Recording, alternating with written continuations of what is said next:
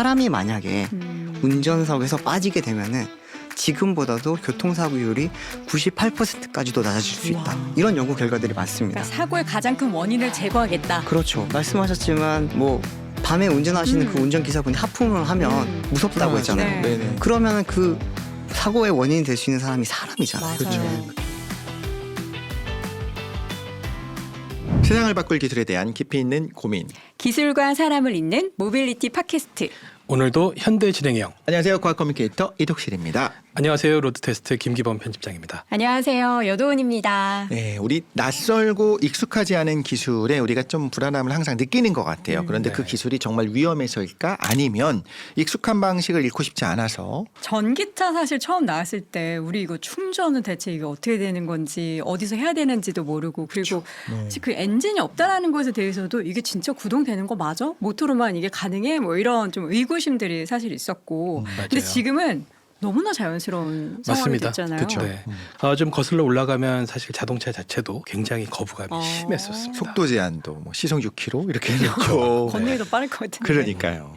어쩌면 우리가 오늘 나눠볼 이야기 자체도 비슷한 지점이 있는 것 같아요. 그리고 굉장히 철학적인 이야기도 같이 연결되는 이제 자율주행 이야기입니다. 자율주행. 낯설고 사실 아직 발전해가는 단계고 그런데 실제 기술의 성취에 비해서 우리의 인식들 수용성 문제도 분명히 있을 것 같다는 생각이 들어서 네. 좀 깊이 있게 이야기를 나눠보는 그리고 또 다르게 생각하자면 단순히 그냥 자율주행 그냥 운전을 자동으로 한다를 넘어서 패러다임 시프트가 일어날 수 있는 그런 시점 굉장히 네. 중요한 포인트가 된 것 같아요. 오늘은 저희와 자율주행 기술을 좀 더 입체적으로 풀어주실 분, 이 분야를 오랫동안 취재해왔고 또 자율주행차 탑승 경험도 어떤 분보다 많습니다. 삼프로 TV의 류종훈 기자님 나오셨습니다. 어서 오세요. 어서 오세요. 네, 반갑습니다. 선프로TV 또 류종훈입니다. 만나서 너무 반갑습니다. 네, 자율주행을 사랑하는 남자. 자율주행을 네. 사랑하세요? 자율주행 기술 너무 매력적이잖아요. 내가 운전할 필요가 없다. 네. 네. 단순히 그냥 편한 그런 걸 넘어서 신기하잖아요. 그렇죠. 그럼 너무- 우리 네. 류 기자님은 하루빨리 운전해서 졸업할 날을 좀 기다리는 사람 중에 한 명이라고도 봐도 좋을까요? 글쎄요. 근데 저 또 운전도 워낙 좋아하다 운전도 보니까 좋아하시고. 이게 뭔가 내가 선택적으로. 선택할 수 있는 맞아요. 네. 좀 출근할 때는 운전 대신해줬으면 좋겠고 네. 주말에 내가 막 드라이빙 하고 싶을 때는 또 내가 막 운전하는 게 또 좋고. 그렇죠. 그러니까. 네. 자, 이 질문 제일 먼저 네. 여쭤보고 싶습니다. 자율주행이 여러 가지 산재한 문제도 있고 철학적 문제도 있는데도 불구하고 일상이 되기는 될까요? 되죠. 저는 될 거라고 생각을 합니다. 근데 좀 구분을 해서 봐야 될 것 같은 게 승용차에 있어서 자율주행과 뭐 로보택시라든지 로봇 셔틀이나 버스 같은 그런 이제 운송 시스템에서의 자율주행을 조금 구분해서 보면 좋을 것 같은데 네. 승용차는 아직은 조금 시간이 걸리지 않을까. 저는 좀 그렇게 생각을 하는데 반면에 이제 미국이나 중국에서 이미 많이 상용화되어 있는 로보택시 같은 경우에는 아무래도 좀 더 빠르게 우리 일상으로 들어올 수 있을 거라 저는 보고 있어요. 이게 승용차 같은 경우에는 법이나 네. 제도적인 문제 때문에 이제 기술력에 대한 문제보다는 둘 다죠. 둘 다예요? 네, 제도도 그렇고 사실 대중차가 자율주행을 하기 위해서는 정말 안전성이 좋아야 되거든요. 네. 99.99%도 사실은 부족하다고 볼 수 있기 때문에 네. 정말 완벽성에 가까울 정도로 기술 수준이 높아져야 아마 가능하지 않을까. 그 택시는 왜 가능하죠? 택시 같은 경우에는 그래도 컨트롤할 수 있는 대수가 제한적이잖아요. 하지만 양산차가 다 들어간다면 연간 8천만 대가 팔리는데 그 차량이 모든 차량에 다 자율주행의 기술이 들어간다. 그러면 컨트롤이 조금 어렵지 않을까요? 그러네요. 네, 좀 그렇게 생각해서 조금은 뭐 대중교통이나 운송 서비스에서 먼저 들어오고 우리의 일상으로 조금은 시차를 두고 들어오지 않을까 네. 이렇게 생각을 합니다. 뭐 물론 우리 유정우 기자는 자율주행에서 깊은 관심을 갖고 오랫동안 취재를 해왔기 때문에 자율주행의 정의에 대해서 잘 알고 계시겠지만 네. 우리 나머지 우리들은 이제 자율주행을 각자 어떻게 생각하고 정의를 하는지 한번 자유롭게 얘기를 해보면 어떨까요? 이게 어렵나요? 자율주행 말 그대로 자유롭게 차가 자유롭게 알아서 간다. 주행한다. 이 말이죠 뭐. 우리가 이제 꿈꾸는 일반인으로서의 네. 얘기를 한번 해봐도 좋을 것 같아요. 좀 비슷하긴 한데 내가 어디를 가고 싶다라고 이야기만 하면 네. 그 다음에 신경 쓰지 않아도 인공지능 기사가 탄 것 같은 느낌. 기사가 없지만 네. 물리적으로는 없지만 AI 기술이 활용돼서 그 안에서 나의 선호도에 맞춰서 네네. 길을 선택하고 나는 뭐 경제적으로 톨게이트 없는 쪽으로 가고 싶을 수도 있고 네, 그죠. 아니면 정말 빨리 가고 싶을 수도 있고 네네. 그런 다양한 그쵸. 니즈들을 반영하는 게 완전한 자율주행이지 않을까. 자, 이제 자율주행은 명확하게 단계별로 구분하는 기준들이 정해져 있습니다. 네, 네. 보통 미국 자동차 공학회 그 기능 분류 기준을 네. 많이 널리 통용되고 있는데 레벨 0부터 레벨 5까지가 있습니다. 네. 이 레벨 0는 그냥 아무 기능이 없는 거예요. 자율주행이 없다. 0. 그다음에 레벨 1은 정속 주행 장치 이런 거 하나 정도 있어. 리미트 걸어놓고서. 네. 그 앞차의 거리 이런 건 몰라. 그냥 네. 설정하면 그 속도대로 달려가는 거예요. 주어진 한 가지 과제를 할 수 있는 기능이 있는 차를 레벨 1으로 보고 네. 2가지 이상 기능이 연계돼서 복합적으로 기능을 하는 차를 이제 레벨 2로 분류를 하는데 2가지 이상이니까 상한선이 없거든요. 네. 그래서 레벨 2의 범위가 엄청나게 넓고 아. 지금 우리가 시장에서 사서 탈 수 있는 거의 모든 차들이 레벨 2 범주 안에 들어가 있습니다. 그쵸, 그쵸. 그다음에 레벨 3로 가면은 한 가지 조건이 붙어요. 어떤 거요? 레벨 2까지는 운전자가 항상 전방을 주시를 하고 있어야 되는데 레벨 3가 되면 아이 오프가 가능해요. 아하. 딴청 피워도 돼요. 네. 근데 문제가 생기면 바로 운전할 수 있어야 돼요. 음. 그래서 이걸 조건부 자율주행이라고 하고 레벨 4에서는 정말 특별한 경우가 아니면 시스템이 알아서 운전을 다 해주는 거. 네. 그다음에 이제 끝판왕 레벨 5는 그냥 운전석이 없는 거죠. 네. 그게 이렇게 레벨을 나눠 놨을 때가 자율주행 연구를 한 지 얼마 안 됐을 때 나누는 거잖아요. 그렇죠. 그러니까 사실 이제 와서 생각해 보면 요 범주의 스펙트럼이 너무 넓다 보니 세세하게 들어가면 굉장히 넓을 것 같아요. 맞아요. 옛날 기준이 아닌가 싶은데 어때요? 네. 옛날 기준이고 그래서 이제 그 기준을 좀 더 세분화하자 이런 논의가 이루어졌고 실질적인 결과물이 나오고 있습니다. 그래서 유엔에서는 이제 최근에 뭘 지정했냐면 레벨 2가 너무 범위가 넓으니까 고도화된 레벨 2를 지정을 하자. 그래서 디카스라는 개념이 나왔어요. 디카스? 디카스. 드라이버 컨트롤 어시스턴스 시스템스 이래서 운전자가 어쨌든 제어할 수 있는 보조 기능 이렇게 설명을 할 수가 있는데 디카스는 그러니까 레벨 2의 끝에서 레벨 3 직전까지 요 사이 굉장히 고도화된 구간입니다. 근데 이제 여러 뭐 기업이나 또 기관 사람들 이야기를 들어보면은 이미 자동차 자율주행 기술은 레벨 3를 충분히 충족할 만큼 진화가 돼 있다고 합니다. 네. 다만 2에서 3로 넘어가게 되면 그 책임이 이제 시스템으로 돌아가는 부분들이 많아지다 보니까 그렇죠. 눈을 떼도 된다라고 했으니. 네, 그러니까 아까 유 기자님이 말씀하신 것처럼 99.999 그 정도로 완벽을 추구해야 되기 때문에 거기에 대해서는 아직 누구도 확신할 수 없기 때문에 그렇죠. 레벨 3로 잘 안 가려고 그래요. 기술은 돼 있는데 좀 더 검증해 보고 싶어 합니다. 그래서 이제 디카스라는 개념이 유럽에는 도입이 됐고 국내는 빠르면 올해 중에 혹은 내년쯤에는 이제 또 다른 분류 체계가 도입이 될 예정이라고 합니다. 사실 레벨 3 같은 경우에는 이제 벤츠가 세계 최초로 양산을 했고요. 네. 근데 몇 대 못 팔았어요. 그리고 그 차량들도 대부분 회수가 된 걸로 알고 있고 왜요? 이 레벨 3는 아까 말씀하셨듯이 사고에 대한 책임을 제조사에 져야 되거든요. 그렇기 때문에 제조사 입장에서는 그 사고에 대한 책임을 질 경우에 단순히 그냥 한 사람에 대한 책임만 지는 게 아니라 전체 판매 차량에 대한 책임을 져야 되다 보니까 굉장히 큰 책임이 리스크가 오거든요. 있군요. 그래서 디카스가 나온 게 네. 지금 레벨 3를 제조사들이 도입을 안 하다 보니까 이러면 자율주행이라고 하는 기술 자체와 산업이 발달을 못 하잖아요. 그러네. 그러다 보니까 이제 어느 정도 자유도를 주면서 이제 디카스를 통해서 레벨 2의 자유도를 굉장히 넓혀서 그러면 사람들이 많이 써보면은 기술도 같이 발전하잖아요. 그렇죠, 그렇죠. 그렇게 만들고 난 뒤에 좀 더 완성도가 높아지면 그때 이제 레벨 3로 갈 수 있게. 그래서 사실 디카스도 지금 2가지 단계로 나눠져 있거든요. 네. 현재 이제 그 전 세계적으로 허용이 돼 있는 거는 고속도로에서의 디카스입니다. 네. 그 부분은 핸즈오프를 해도 되지만 이제 아이즈오프만 안 하면 되는 정도. 근데 이게 올해 내에 아무래도 이게 제정이 될 건데 도심에서도 그러면 이제 핸즈오프를 할 수 있는 기능이 올해 이제 UNEC에서 제정을 통해서 확정이 되면 그러면 전 세계적으로 이제 FSD 같은 기능들을 많은 차들이 쓸 수 있게 되는 거죠. 제가 대학 다닐 때 처음 운전을 할 때 그 네. 대학가 원룸촌에 주차할 때 굉장히 힘들었었어요. 네. 그런데도 할까? 그러니까 저는 어떤 생각이 항상 드냐면 그 유럽의 좁은 골목길 그러니까 막 유럽 이런 얘기하잖아요. 골목뿐만 아니라 한국의 그 네. 좁은 골목. 충분히 가능하죠. 어떻게 지나갈 때 진짜 미러를 한번 덮고 지나가야 될 정도로 근데 그런 거는 오히려 자율주행이 더 잘할 것 더 같아요. 잘할까요? 모든 센서들이 다 있으니까. 맞아요. 인간이 보는 게 아니고 밖에 다 눈이 달려 근데 있잖아요. 주차할 때 자동 주차 같은 거 할 때 보면 제가 볼 땐 충분한데 얘는 계속 삐삐 그러면서 위험하다고 알림을 주는 거예요. 근데 내가 볼 때는 아직 3cm나 남았는데 약간 이런 생각이 들어서 이걸 믿을 수 있느냐 약간 걱정되기도 하는데 어떠세요? 그게 왜 안 되냐 하면은 그 차는 자율주행 차가 아니잖아요. 맞아요. 네. 근데 자율주행 차들은 그 부분을 거의 이제 센티미터 단위까지 다 조절할 수 있다 할 수 보니까 있어서. 할 수 있고 사실 지금 이제 국내에서도 보면 강남 뒷골목이 굉장히 좁고 그쵸. 차들이 많잖아요. 네. 근데 거기서도 지금 운행을 하고 있는 자율주행 차들이 있습니다. 테스트가 되고 있어요 네. 지금도. 저도 몇 번 타봤거든요. 어때요? 이걸 간다고 어. 하는 생각이 드는데 샥샥샥 피해갑니다. 그러니까 오히려 더 잘할 것 같아요. 네. 그리고 뭐 진짜 자율주행 기술이 고도화돼서 완전한 자율주행이 된다면 원룸 초원의 골목에 주차를 안 해도 되죠. 그냥 그렇죠. 얘 보고 아. 근처에 대형 주차장 가서 대고 오게 명령을 이따 하면 오고 지가 오고요. 가버리니까. 아, 사실 지금 우리가 타고 있는 그리고 판매가 되고 있는 차량들 중에서도 지능형 운전 보조 시스템이라고 하죠. 요거 저는 이제 크루즈 모드 이렇게 편하게 부르긴 하는데 어댑티브 ADAS 요거 이미 다 들어가 있잖아요. 저는 개인적으로 길 막힐 때 진짜 많이 사용을 네네. 하거든요. 이것도 근데 자율주행 기술이라고 보면 되는 건가? 아니면 요건 좀 다른 이름인가요?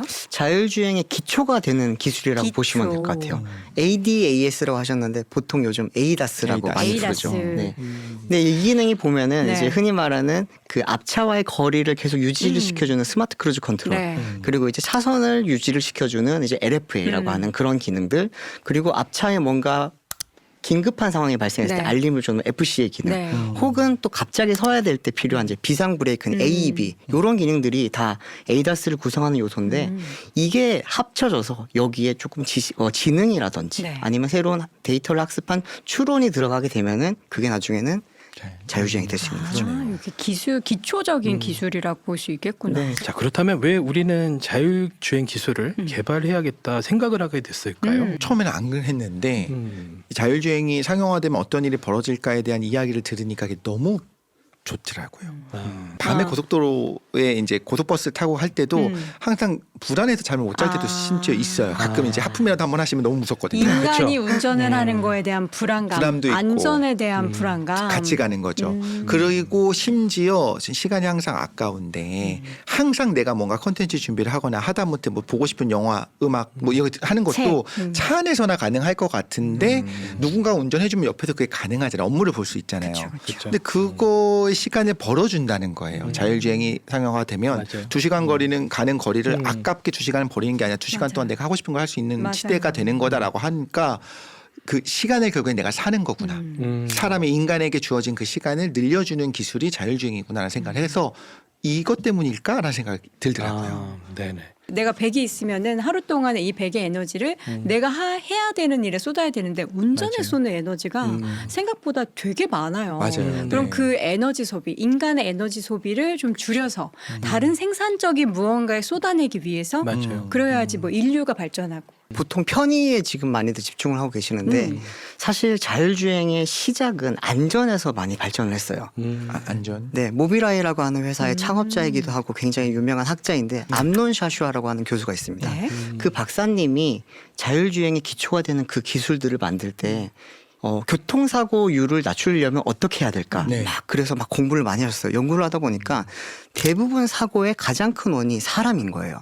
운전자. 네. 그러다 보니 운전자를 만약에 그 변수에서 빼게 되면은 사고율이 급격히 낮아지지 않을까라고 하는 생각에서 시작해서 AEB라든지 뭐 여러 가지 스마트 크루즈 컨트롤 같은 기능들을 많이 발전을 시켰던 거죠. 그러면서 이제 그때 연구했던 결과를 보면은 사람이 만약에 운전석에서 빠지게 되면은 지금보다도 교통사고율이 98%까지도 낮아질 수 있다. 이런 연구 결과들이 많습니다. 그러니까 사고의 가장 큰 원인을 제거하겠다. 그렇죠. 말씀하셨지만 뭐 밤에 운전하시는 그 운전기사분이 하품을 하면 무섭다고 했잖아요. 네. 네네. 그러면은 그 사고의 원인이 될 수 있는 사람이 사람이잖아요. 맞아요. 그렇기 때문에 사고 원인을 빼려고 했던 그 그러네. 연구에서 시작했던 게 자율주행이었거든요. 사람의 불안전성. 네. 사실은 이제 자율주행차를 왜 개발을 하는지 네. 이런 이야기를 할 때 통계가 제일 확실한 것 같아요. 효과적인 네. 것 같아요. 그렇죠. 그래서 미국에서 이제 그런 연구가 많이 되다 보니까 거기 통계를 많이 언급을 하는데 한참 전이다. 벌써 10년 전인데 2015년에 미국에서 한 해 3만 5천 명이 사망을 하는데요. 이거를 이 책에서 어떻게 비유를 했냐면 네. 매주 여객기 2대가 추락해서 사고로 다 숨지는 것과 비슷한 정도의 규모라고 이야기합니다. 매주요. 어마어마하게 사망한다는 그러니까 거죠. 그 살 수 있는 사람들이 어떤 교통사고 때문에 이동 중에 사망을 하는 거잖아요. 그러니까 일단은 첫 번째는 불필요한 사망을 줄일 수 있다. 네. 그리고 미국에서는 이제 교통사고의 94%는 사람이 원인이라고 네, 조사가 나왔고 그건 뭐 여러 통계에서도 입증이 된 바 있습니다. 결국 휴먼 에러가 네. 모든 문제의 원인이 되는 경우가 많죠. 그다음에 또 재밌는 게 아까 이제 시간 말씀하셨는데 미국에서는 교통정체로 1년에 사람들이 소비하는 시간을 다 합치면 69억 시간이라고 합니다. 그 시간에 뺏기고 있는 다른 거죠. 거를 하면 얼마나 생산성이 더 좋아지겠어요. 옛날에 어렸을 때 무슨 생각을 했냐면 네. 기차처럼 어차피 고속도로 가면 모두가 달리니까 네. 이렇게 링크가 연결해서. 딱 되면 네네. 모두에게 편안하게 간격을 늘리지도 않고 갈 수 있겠다 생각했는데 지금 생각해보면 자율주행차 모두가 자율주행이 되고 모두가 링크가 된다고 하면 정말 말 그대로 딱 붙어서 갈 수 있으니까 정체도 이 부분에 효율적이다. 있어서 훨씬 더 좋아지고 사고가 나면 앞차가 신호를 보내면 전부 다 동시에 동기화돼서 정지도 가능한 거잖아요. 그래서 안전성 문제도 해결되겠다 이런 생각을 했었어요. 사실 우리 인간은 운전할 때 어떻게든 더 효율적인 나의 동선을 위해서 네. 저기 앞에 가서 끼어들고 그래서 정체를 만들고 막 그렇죠. 그런 일도 그렇죠. 되게 많잖아요. 병목도 맞아요. 생기고. 사실 독실님께서 말씀하셨던 게 지금 물류회사들은 많이 적용을 하려고 준비를 하고 있어요. 물류 같은 기차같이 경우에는 연결하는 거예요? 이렇게 대형 트럭들이 군집 주행을 하게 되면은 그 제일 앞차만 운전을 하고 뒷차들은 따라갈 수 있는 기능이 있거든요. 이게 자율주행과 어떻게 보면 에이다스의 중간 형태로 지금 많이들 실험을 하고 있고 여기서 이제 한 단계 발전하게 되면은 아예 물류 시작 전부터 이제 최종 목적지까지 완전히 자율주행을 할 수 있게 가는 기술을 지금 만들고 있는데 말씀하셨잖아요. 이게 붙어서 가게 되면은 네. 뒷차들은 공기 저항을 받지 않아요. 그러면 연료 효율성이 높아진단 말이에요. 그렇죠. 그런 부분들을 지금 많이 연구를 해서 이렇게 뭐 아마존이라든지 그런 큰 이제 물류회사들은 그거를 자율주행을 통해서 수익성을 높이고 효율성을 높이는 기술들을 지금 많이 개발하고 있는 상태입니다. 우리가 인간이 왜 자율주행 기술을 개발했나에 대해서 지금 이야기를 하고 있잖아요. 근데 정말 이동에 있어서 나의 모든 것들이 자유로워진다면 우리의 삶의 방식도 굉장히 많이 달라질 것 같다는 생각이 들어요. 그렇죠. 뭐 시간의 개념도 달라질 거고 이동 방식이나 도시 구조, 삶의 반경까지 그렇죠. 달라질 것 같은데 이제 지금은 직주근접 해가지고 정말 가까이 사는 게 최고로 좋지만 이제는 조금 저처럼 이제 남양주에 살아도 여의도 출퇴근이 전혀 부담스럽지 않은 그렇죠. 그런 상황이 만들어지는 것에 대해서 저는 하루빨리 좀 자율주행 기술이 좀 다가왔으면 좋겠는데 아직은 조금 뭐 더 기다려야겠죠, 몇 년? 조금은 기다려야 될 것 같기는 해요. 우리 차에 그런 기술이 들어오기까지는 조금 기다려야 될 텐데 그래도 관련 기술들이 많이 발전했고 또 올해부터 제도가 많이 달라지다 보니까 아마 내년 정도부터는 비슷한 그런 기능들을 국산차에서도 아마 보실 수 있을 겁니다. 저도 말씀하셨던 것처럼 우리나라 같은 경우에는 직주근접 아파트 문화가 많잖아요. 네. 근데 아마 자율주행이 생기게 되면은 좀 뭐 경기 외곽권 그쵸. 아니면 대도심의 그런 외곽 도시로 좀 많이 퍼지면서 네.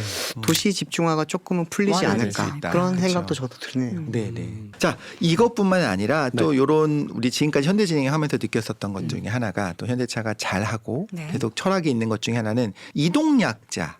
좀 많이 배제되는 부분들이 있어요. 이런 분들의 어떤 이동권이 보장되기 시작하는 것들 굉장히 네. 이제 사회에서 꼭 추구해야 되는 일이라는 생각도 들고. 삶의 질이 진짜 좋아질 것 같아요. 네네. 그런 측면에선 정말 빨리 좀 상용화가 됐으면 좋겠어요. 네. 그 지난 연말에 제가 운전면허 시험장을 가보니까 고령 운전자들이 이제 면허를 갱신하는 절차가 이전보다 까다로워졌거든요. 검사하는 것들. 네. 그래서 엄청나게 신청자가 몰려서 정말 뭐 인산인해를 이루더라고요. 근데 그분들이 그런 번거로운 과정을 거쳐서라도 갱신하고 싶은 이유는 네. 아무래도 이동의 자유 그 삶의 질이 떨어지는 걸 원치 않기 때문일 맞아요. 거예요. 네. 네. 그런 분들에게는 어떻게 보면 이런 자율주행 기술이 정말 실질적으로 내 생존과 직결되는 문제일 수도 있겠다는 맞아요. 생각을 합니다. 근데 기술적으로 보면 기술적으로 말씀해 주셨지만 이제 할 수 있는 단계에 와 있고 이미 어느 정도 됐다. 이제 책임 소재에 대한 문제들과 네. 이제 수용성의 문제만 남았다라고 하는 건데 그럼 결국에는 이거는 올 것이냐 혹은 어떤 자동차 기업들이 할 수 있느냐의 문제가 아니라 이걸 받아들이냐의 문제일 뿐이다. 그 정도 단계 왔다고 볼 수 있는 걸까요? 어느 정도는 이제는 왔다고 볼 수 있겠죠. 우리가 이제 가장 쉽게 볼 수 있는 게 테슬라. 네. 그리고 중국의 전기차들 보면은 그런 비슷한 기능들을 많이 보여주잖아요. 네. 근데 기술적 완성도는 이제 어느 정도 완성이 많이 돼 있는 상태고 그 완성도도 이제는 조금 있으면은 많이 이제 더 올라갈 겁니다. 네. 그러면 이제 기술적보다는 아무래도 사람들의 수용성이 되게 중요할 거예요. 그러니까 저도 주변에 많이 이야기하는 것 중에 하나가 자율주행 차를 많이 타보세요. 생각보다 우리 주변에서 탈 수 있는 기회가 있습니다. 뭐 청계천을 간다든지 아니면은 뭐 세종시를 가더라도 자율주행 버스도 돌아다니고 조금만 찾아보면 생각보다 탈 수 있는 기회가 많거든요. 네. 근데 처음에 타면 누구나 불안해요. 무섭죠. 모르니까. 근데 몇 번 타다 보면 익숙해요. 익숙해지고 생각보다 괜찮네, 안전하네, 편하네 이런 게 이제 쌓이게 되면은 그런 경험을 사람들이 많이 나누잖아요. 그러면은 자율주행 차에 대한 두려움 자체가 많이 사라지다 보니까 사회적으로 조금 수용도가 많이 높아질 수 있죠. 그와 함께 이제 정책도 같이 따라가다 보면은 기술이 먼저 앞서가고 사람들의 마음과 정책이 같이 가면은 생각보다는 빠르게 좀 우리의 일상으로 들어올 수도 있지 않을까 그런 생각도 합니다. 자율주행이 왜 개발됐는지 이야기 함께 나누고 있습니다. 여러분은 지금 모빌리티 전문 팟캐스트 현대진행형과 함께하고 있습니다. 자, 이제 본격적으로 우리가 진짜 기술 얘기 한번 해볼게요. 지금 기술이 이미 많이 발전해 있다. 뭐 대표 기업하면 뭐 테슬라, 그리고 구글의 뭐 웨이모도 있겠고, 아마존의 죽스, 현대차 그룹의 모셔널까지 회사마다 이 자율주행을 바라보는 철학이나 접근 방식이 조금 다를 것 같긴 한데 어떻게 좀 차이가 나나요? 말씀하셨던 차들을 제가 다 타봤어요, 사실. 오, 네 가지 다. 네, 다 타봤는데 정말 타보면 느낌이 다 달라요. 예를 들면 웨이모 같은 경우에는 정말 우버 기사처럼 운전을 굉장히 유려하게 잘하고 우버 기사라고 하면은 어떻게 좀 와일드하게 운전하는 기사입니까? 아니면 부드럽게? 와일드하기도 하죠. 그리고 사람들이 택시를 타는 가장 큰 이유는 빠르게 가기 위해서잖아요. 맞아요. 네. 네, 빠릅니다. 테슬라 같은 경우에도 그 이제 인공지능 방식으로 움직이는 게 네. 테슬라의 방식이거든요. 네. 그러다 보니까 이 학습 자체가 사람의 운전 방식을 학습을 했어요. 그 데이터를 학습한 걸 가지고 하다 보니까 정말 사람처럼 특히나 전기차를 운전하는 사람처럼 운전을 하고 있어서 되게 자연스럽다는 느낌이 들죠. 아마존의 죽스 같은 경우에는 약간 예상 외의 느낌을 줬어요. 어떤 느낌? 생긴 게 마차처럼 생겼거든요. 그러다 보니까 4명이 앉으면 서로 이렇게 마주보고 앉을 수 있어요. 네. 그래서 좀 약간 놀이기구 같지 않을까? 모노레일 같은 네, 느낌. 그런 느낌이 들 거라고 생각을 했는데 의외로 소나타나 이런 일반 승용차처럼 굉장히 좀 부드러운 그런 느낌? 근데 약간 답답한 게 있는 게 이 차량 같은 경우에는 운전석이 없이 네. 안에는 탑승객만 앉을 수가 있어요. 그래서 완전히 안전을 최우선으로 하다 보니까 뭔가 끼어들어야 된다라든지 엣지 케이스가 발생할 때마다 얘는 되게 머뭇머뭇해요. 저 차가 안 껴줄 것 같으면 한없이 2시간째 기다리는 중. 그렇죠. 아니, 나와라 팔 해야죠. 그럼 팔 나와서 이렇게 이거 멈춰달라고. 해줘야지, 이거 해줘야지. 이제 회사마다 많이 다른데 철학이네. 모셔널 같은 경우에는 뭔가 그 절충안을 좀 찾아가더라고요. 제가 한 4년 정도 전에도 타봤고 이번에도 타봤었는데 느낌 자체는 약간 내가 좀 보호받고 있다 이런 느낌이 들 정도로 굉장히 안전 운전을 합니다. 모범 택시 기사님들 보면 굉장히 스무스하게 가면서 속도 낼 때 내주고 그런 그쵸? 느낌이거든요. 그런 게 좋잖아요. 네, 그렇죠. 특히나 이제 그 쾌적하게. 방지턱 넘어갈 때 아. 그리고 이제 좌회전할 때 이럴 때 보면은 이렇게 쏠리면 안 되잖아요. 그런 컵 부분을- 하나라도 물 쏟아지면 안 되는 겁니다. 그렇죠. 코너링이 우수한 네. 그렇죠. 그런 느낌을 줄 수 있어서 조금 저는 약간 의외성을 느꼈던 게 모셔널이었다. 편의자님 어떠셨을까요? 저는 일단 그 다 안 타봤습니다. 안 타봤고 전부 다. 네, 저는 그 아우디랑 폭스바겐의 세드릭이라는 자율주행차를 타본 게 전부인데 네네. 일단은 저는 그냥 스펙만으로 봤을 때는 일단 아마존 죽스는 아예 운전석이 없잖아요. 그러니까 위급할 때 뭐 제어할 수 있는 수단이 지금 없는 상황이다 보니까 당연히 보수적일 수밖에 없을 것 같고 센서가 세 보니까 40개가 넘더라고요. 굉장히 많아요. 어마어마하게 센서가 많아요. 그래서 이 차의 하드웨어를 보면은 이 자율주행 기술에 접근하는 그 회사들의 철학이 엿보이더라고요. 그리고 말씀하신 것처럼 모셔널은 약간 하이브리드로 절충해서 네. 어떻게 보면 좀 여러 제조사나 업체들이 IT 회사들이 하는 걸 보고서는 좀 최적의 경로를 찾아보자, 좀 스마트한 방법으로 가는 것 같아요. 우리나라 입장에서는 가장 센세이셔널했던 사건이 그 작년 11월, 네. 지난 11월 말에 테슬라가 이제 감독형 FSD를 그걸 보면 깜짝 놀라서 너무 뭔가 다르다라는 말씀을 많이 하셨어요. 그런데 기술적으로 보면 어쨌든 간에 레벨 2인 거죠. 그리고 이 부분은 기술적 완성도가 아니라 어떤 그죠 책임 소재의 네. 문제와 어떤 규제 때문에 그렇죠. 레벨 2로 이제 허가를 받은 건데 분명히 달랐다라고 얘기하거든요. 그럼 그 이전에 우리나라에서 접할 수 있었던 자동차와 작년 11월 이후에 어떤 미국에서 지금 통용되고 있는 FSD가 되는 그 자동차는 좀 많이 어떻게 다른가요? 기존의 차량들은 일단은 자율주행 같은 그런 느낌 자체를 사실 못 받았죠. 우리가 이제 자율주행이라고 하면은 아까 말씀드렸던 웨이모라든지 그런 특정 차량에서만 자율주행의 느낌을 받을 수가 있었는데 테슬라 이제 V14 같은 경우에는 우리가 평소에 타고 다니던 승용차인데 네. 얘가 알아서 가요. 심지어 목적지만 설정을 해주면 알아서 가고 목적지 없이도 얘가 스스로 움직일 수 있단 말이에요. 그건 목적지 신기하네. 없이 움직인다고요? 네, 목적지 없이 그냥 자율주행을 누르게 되면은 알아서 얘가 갑니다. 어디를 가는지는 가는지. 저희도 몰라요. 그러니까 예를 들어서 여기서 출발을 해서 나는 여의도를 가고 싶어. 그러면은 예술의 전당을 출발할 때 내가 목적지를 설정을 안 하더라도 네. 일단은 가요. 그러면 가는 도중에 제가 내비게이션에다가 목적지를 넣으면은 찍으면. 그때부터 이제 그 목적지를 향해서 가는 아 이거 거죠. 필요하네. 택시도 그렇잖아요. 우리가 타고 바로 나면 일단 출발해야죠. 출발하잖아요. 네. 거기서 찍히거든. 맞아요. 그리고 교통 정체 생기니까. 그렇죠, 그렇죠.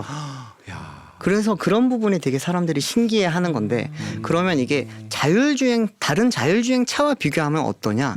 그러면은 많이 다르진 않아요. 그러니까 일반 차와 비교했을 때는 굉장히 큰 차이가 있지만 네. 다른 자율주행 차와 비교했을 때는 자율주행 차는 원래 이렇게 가는 거야라고 하는 그 범주에 있습니다. 경험해 보신 분들 입장에서는. 네. 다만 이제 그 운전 실력이 다른 차들보다 조금 더 운전을 잘해요. 자 그러면 무인 자동차, 그러니까 어떤 완전 무인으로 돌아다니는 자동차를 꿈꾸는 분들 중에 이런 게 있어요. 경제학자들 같은 경우에는 그걸로 택시 운행을 하거나 뭘 해서 그쵸, 내가 돈을 주차할 알아서 때. 벌어줄 수 있다. 나는 이걸 소유만 하고 있고 이걸 말하자면 막 일종의 렌트 사업을 하는 것처럼 이게 되고 있는 사례도 지금 있나요? 이게 사실 엄밀히 말하면 개인이 소유한 차량이 알아서 돈을 벌어오는 시스템은 아직까지는 없어요. 네. 근데 이제 웨이모라든지 중국의 바이두 아니면 포니 AI 이런 회사들 같은 경우에는 자율주행을 활용한 로봇 택시 사업을 하는 거 있죠. 택시 사업이 있다. 네, 택시 사업을 하는 것들은 지금 전 세계에 한 4-5군데가 지금 있고 네. 국내에서도 이 부분을 지금 도입을 하려고 여러 곳에서 준비를 하고 있기는 합니다.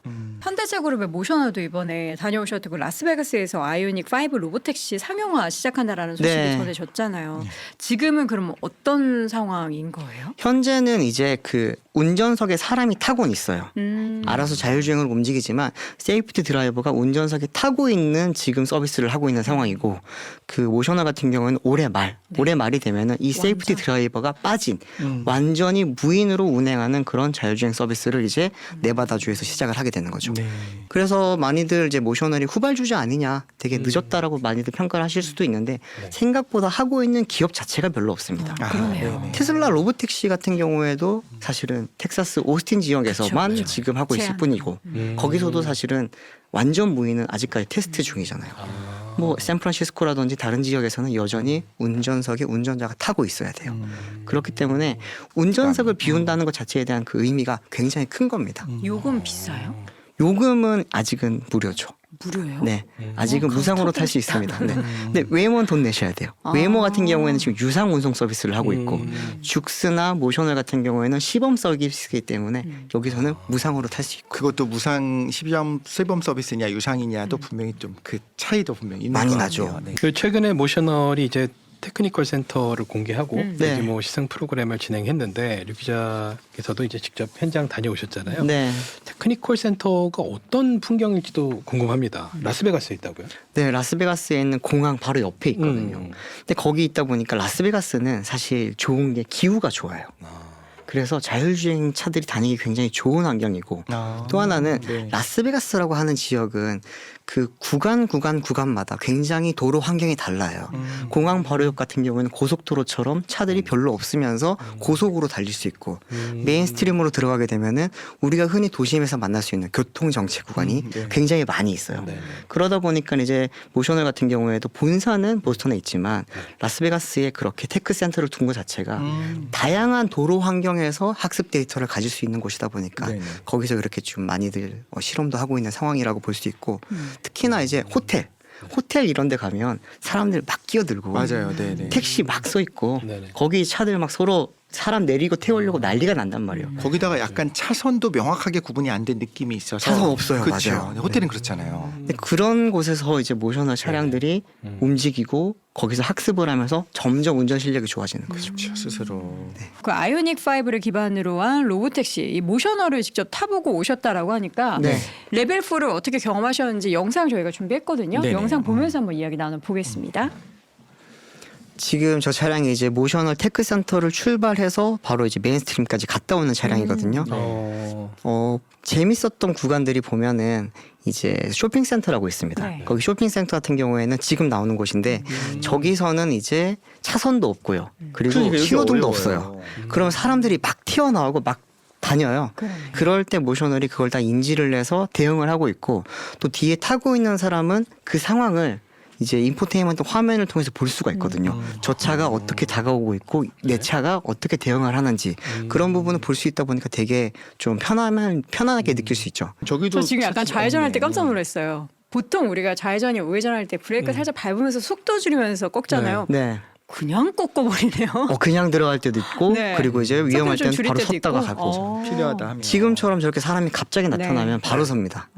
제가 그 마트 주차장에서 제일 스트레스를 받거든요. 왜냐하면 어쨌든 눈이 우리가 두 개고 한쪽밖에 못 보니까 네. 분명히 여기 사람이 없는 걸 체크하고 잠깐 가다가 다시 나올 수 있으니까 다시 돌아봐야 돼요. 네. 그런데 계속 360도를 다 눈이 인간보다 있으니까. 훨씬 빠른 속도로 스캔하고 있는 자율주행차가 오히려 생각해 보면 훨씬 더 안전하다는 생각이 들기도 해요. 그렇죠. 저희는 눈이 2개밖에 없지만 모셔널 차량 같은 경우는 센서가 29개나 달려 있습니다. 그러니까요. 그렇기 때문에 네. 중첩되는 구간이 엄청나게 많은 상황에서 360도를 이렇게 확인을 하다 보니까 항상 굉장히 좀 빠르게 대응할 수 있는 거죠. 뒷문에 한글로 모셔널이라고 써놨네요. 그 그러네. 의미가 네. 좀 있나요? 저거 재미있는 뜻이 있는 게 네네. 모셔널은 사실 영어잖아요. 네. 근데 그쵸. 한글로 한번 따져보면은 모셔 널. 그래서 이렇게 I will treat you 이런 것처럼 널 약간 모셔. 네. 모셔 널. 네. 널 굉장히 나는 모시는 그런 차량이야라고 하는 걸 알려주고 있는 겁니다. 실제로 의미 부여를 한 거예요. 네, 최근에 브랜딩을 한 거예요. 너무 그래요? 괜찮아요. 모셔널. 너무 좋다. 그런데 약간 어떤 분들은 보면서 이렇게 생각했을 수 있어요. 저기는 공간이 넓잖아 생각할 수 있는데 사실 공간이 넓은 게 더 어려울 수 있다. 그렇죠. 차선들이 딱 차선이 구획이 없죠. 있고 네. 어떻게 차들과 사람들이 마땅히 올 거라고 하는 예측들이 훨씬 더 쉽잖아요. 사실 길이. 네. 근데 저 공간은 이 넓은 공간에 이제 알아서 운전해봐라고 하면 사실 당황하거든요. 모셔널 같은 차량들이 대단하다는 게 차선이 없어도 이 차의 공간만큼만 갈 수 있게 딱 그런 기능들을 갖고 있거든요. 네. 그러다 보니 기술적으로 완성도를 보면은 뭐 다른 자율주행 차에 비해서 굉장히 높다는 거를 점점 알 수 있는 겁니다. 그래서 얼마입니까? 얼마입니까? 얼마일까요? 굉장히 비쌀 겁니다, 사실. 그렇죠. 사실 예. 저거는 사는 건 불가능하고 구독으로 해야 될까요? 글쎄요, 이제 저 차량 같은 경우는 로보택시 전용으로 만들어졌기 때문에 아까 센서 29개라고 했잖아요. 네. 센서 값만 수억이에요. 근데 이제 중요한 거는 저 차는 지금 데이터를 학습을 하면서 서비스를 하고 있어요. 그쵸. 그러면 우리가 학습을 많이 하게 되면은 조금 몸집을 줄이고도 비슷한 그런 아, 성적을 낼 수 그렇죠. 있단 말이에요. 네, 센서 그렇게 많이 필요 없죠. 그렇기 때문에 지금 2세대 차량이 아니라 다음 세대, 3세대, 4세대, 5세대로 넘어가게 되면은 센서 수를 줄이면서 지금 정도의 안전성을 가질 수 있게 된다. 그러면 굉장히 많이 저렴해질 수 있겠죠. 저는 제가 운전하는 느낌의 차를 좋아하거든요. 내 운전 습관을 학습해서 그대로 운전을 해줬으면 좋겠어요. 나중엔 그거 가능할 겁니다. 지금 현대자동차에서 쓰고 있는 에이다스 기능 중에서도 네. 운전자의 습관을 이제 약간 강화 학습을 해서 내가 에이다스 기능을 켰을 때 내가 운전하는 것처럼 약간 그런 느낌을 주는 기능도 지금 있거든요. 그거 필요하네요. 네. 지금 보시는 것처럼 호텔에서 보면은 사람들이 그냥 튀어나와요. 저기는 사람이 우선인 곳이기 때문에 네. 사람들은 차가 나를 피해 갈 거다 혹은 차가 설 거다라는 믿음이 있다 보니까 막 저렇게 나오시거든요. 네네. 근데 모셔널 차량이 라이다랑 레이더랑 카메라가 다 있다 보니까 그 부분을 순간순간 다 포착해서 바로바로 멈추고 또 그분이 나가고 나면은 바로 출발하고 근데 그 과정이 정말 사람처럼 스무스하게 이루어져요. 사실 제가 이제 아이들 데리고 다닐 때 입장에서는 네. 내가 운전한다면 저 차를 믿을 수 있어 이런 생각을 우리가 지금까지 해왔잖아요. 네. 근데 내가 마트에서 아이들 데리고 갈 때는 저기 사람이 타고 있는 운전자가 이쪽을 안 볼 수도 있잖아요. 그쵸. 혹은 A필러에 네. 걸려 있을 수도 있잖아요. 걱정을 하거든요. 네. 그런 경우엔 차라리 자율주행 차인 걸 확실히 알면 쟤는 날 보고 있을 거라고 생각하면서 조금 더 안전하게 느낄 것 같아요. 네. 운전자도 안볼수 안전하지만 있어요. 보행자도 보행자 안전하게. 입장에서도 분명히 나를 감시하고 그러니까 확인하고 체크했을 거라는 생각이 드는데 생각보다 사람은 못 보는 경우 너무 많아요. 그렇죠. 지금 이 외형을 보게 되면은 굉장히 센서들이 도출이 되어 있고 네. 네. 29개나 되는 센서가 있잖아요. 네. 그래서 사실은 이제 더 기술이 고도화되면 이게 더 컴팩트해지고 부피도 작아지고 무게도 가벼워져서 안으로 녹아들 수도 있을 것 같아요. 자연스럽게. 네.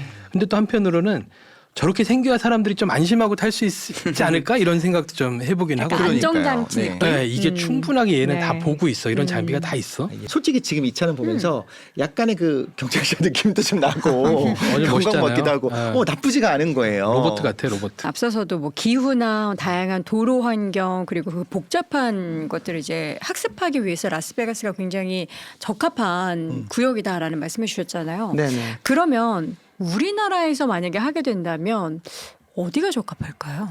우리나라는 사실 서울과 부산 중요합니다. FSD가 최근에 부산에서 운전한 그런 영상들을 보면은 잘합니다. 잘해요. 네, 사람의 그런 눈치를 탑재한 것처럼 이렇게 뭔가 이렇게 눈치코치. 네, 탁탁 보고 지금은 들어가도 될 것 같은데 할 때 싹 들어가고 그런 게 가능해진 걸 보면서 자율주행차가 부산에서 가능하면은 전 세계 어디든 가능하다는 말이 많았잖아요. 아 맞아요. 이제는 가능해질 것 같아요. 모셔널 기술 이야기를 좀 더 해보면 아무래도 우리 청취자나 시청자분들 중에는 용어가 아직 낯서실 것 같아요. 그래서 룰 베이스드 또 E2E 이런 용어들이 나왔는데 엔드 투 엔드 이렇게 말씀하셨죠? 예. 그래서 룰 베이스드는 우리식으로 번역하면 뭐 규칙 기반이다. 맞습니다. 그러면 예. E2E, 엔드 투 엔드는 어떻게 번역하면 될까요? 엔드 투 엔드는 처음부터 시작부터 끝까지. 그렇죠. 끝부터 끝까지 그냥 말 그대로 그냥 이제 직관이라고 좀 설명을 드리면 좋을 것 같고 이게 AI 자체가 알아서 판단을 하는 게 지금 E2E 방식이라고도 많이들 이야기하죠. 근데 여기서 이제 그 중간에 있는 그 추론 과정을 알 수 없는 블랙박스 현상을 되게 답답해하다 보니까 네. 최근에 이제 뭐 엔비디아라든지 아니면 영국 웨이브 같은 기업 같은 경우에는 그 추론 과정에서 문제점을 알 수 있게 리즈닝 모델을 요즘 많이 보여주고 있습니다. 네. 뭐 VLA라고도 많이 말을 또 하고 있고 엔비디아 뭐 알파마요 이런 것도 요즘 많이 들어보셨을 텐데 그거 같은 경우에는 똑같이 엔드 투 엔드 방식인데 네. 그 중간 연산 과정 혹은 논리 추론 과정들을 알 수 있게 보여주는 거죠. 그러다 보니 문제가 발생했을 때는 이 부분만 수정하면 됩니다라고 이렇게 알 수 있게 만들어주는 게 요즘 또 새로운 트렌드로 나오고 있습니다. 하지만 이제 규칙 기반처럼 하나부터 열까지 다 알려주지는 않고 그렇죠. 스스로 학습하고 판단할 수 있는 여지는 열어놓되 또 제어할 수 있는 어느 장치를 마련한 네. 그런 약간 하이브리드 방식이라고 볼 수가 있겠네요. 최근에는 그래서 이제 룰 베이스가 무조건 안 좋은 건 아니거든요. 룰 베이스가 무조건 구식이 아니라 네. 훨씬 더 빠르게 판단을 내릴 수 있는 방식이 될 수 있기 때문에 그런 부분은 또 룰 베이스를 적용을 하고 그렇죠. 네. 모든 엣지 케이스를 다 학습을 못 하다 보니까 그럴 때만 알아서 판단할 수 있게 만드는 그런 하이브리드 방식을 지금 많이 적용을 하고 있습니다. 우리가 배우는 게 이런 거잖아요. 일단 기본적인 룰을 주고 빨간불일 때 멈춰라, 파란불일 때 가라 이런 룰을 하고 그런 식으로 네. E2E가 되는 것처럼 그쵸. 사람이 있나 없나 살피는 거예요. 반사적으로 멈춰야 되는. 그래서 룰이 명확한 거는 그대로 주고 근데 그 내부에서의 디테일한 부분들은 또 이제 직접 판단하게 하는 게 필요한 거죠. 네. 사람이랑 똑같이. 이게 또 다음 버전이 나오게 된다면 아까 저는 제 운전의 습관을 그대로 똑 닮은 자율주행이 됐으면 좋겠다 이런 얘기를 말씀드렸잖아요.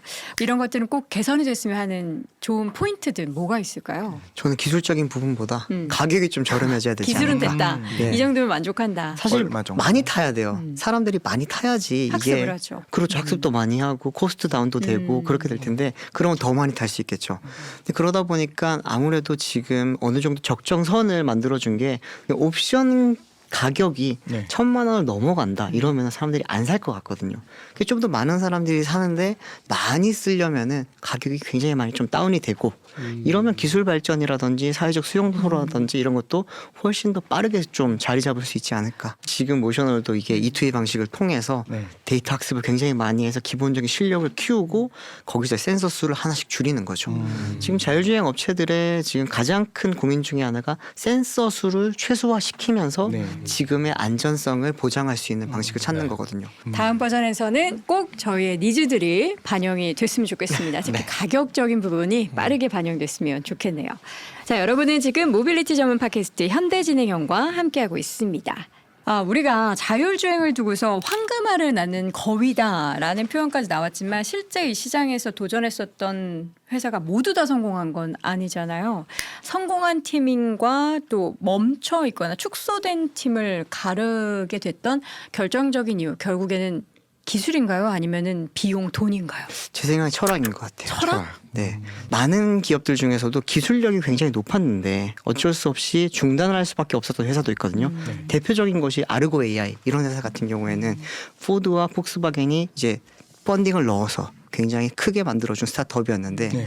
돈을 넣어준 기업들의 그 의결권이 세지잖아요. 그렇죠. 그들이 봤을 때 이게 돈이 안 될 것 같아.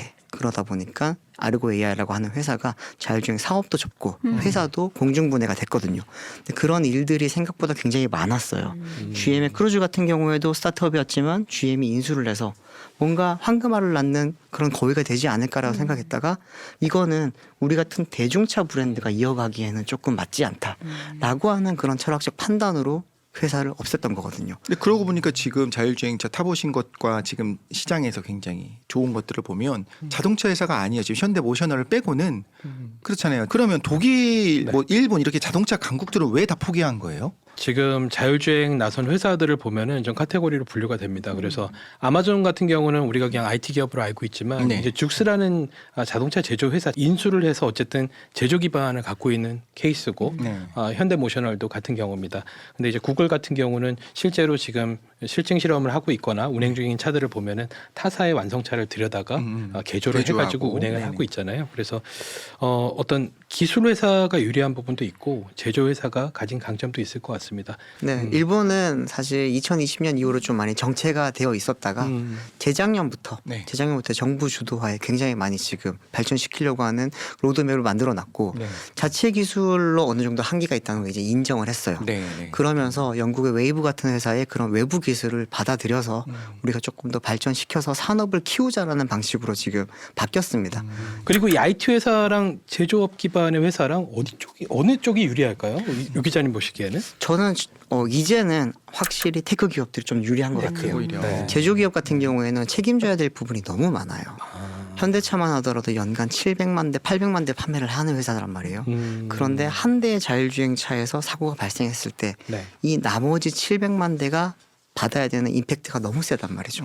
그렇기 때문에 그 회사 전체에 그런 안 좋은 이미지가 가해진 거를 생각을 했을 때는 확실히 보수적일 수밖에 없죠. 그렇죠. 그러다 보니 벤츠, BMW, 현대차, GM 다 이 부분에서는 조금은 속도 조절을 하고 있고 그래서 현대차도 모셔널이라고 하는 회사를 산 거죠. 네네. 그래서 이 회사를 통해서 기술 개발을 시키고 여기서 이제 많이 완성도가 높아졌을 때 그걸 아마 현대차에 넣지 않을까. 저희가 진짜 꿈의 기술이라고 생각하는 자율주행 기술이 이제 정말 우리가 정말 경험할 수 있는 그 상황에 맞닥뜨렸잖아요. 네. 그래서 이 내용을 너무 좋아하실 것 같아서 저희가 로라 대표님의 인터뷰를 포함해서 2부를 또 준비했으니까 네네. 여러분 기대 많이 해주시고요. 사실 그동안 자율주행이라는 단어를 들으면 이게 막연하게 좀 불안감이 일부 있었어요. 이게 뭐 언제 될까? 돼도 내가 타도 되는 걸까? 뭐 이런 생각이 좀 들긴 했는데 오늘 이야기를 통해서 생각보다 정말 가까운 기술이다라는 생각이 들었고 걱정보다는 궁금증과 기대가 더 커진 그 기술이라는 생각이 딱 들었습니다. 오늘 정말 3프로TV 유정훈 기자님과 함께 이 시점에서 자율주행이 주목받는 이유 그리고 왜 계속 자율주행 얘기하는데 언제 실증되고 언제 시작되냐 그 부분에 대한 이야기를 속 시원하게 할 수 있었던 네. 시간이고 직접 눈으로도 볼 수 있는 시간이었던 것 같습니다. 네. 저희는 다음 에피소드로 또 찾아오도록 하겠습니다. 지금까지 이독실 김기범 여도은이었습니다. 고맙습니다. 고맙습니다.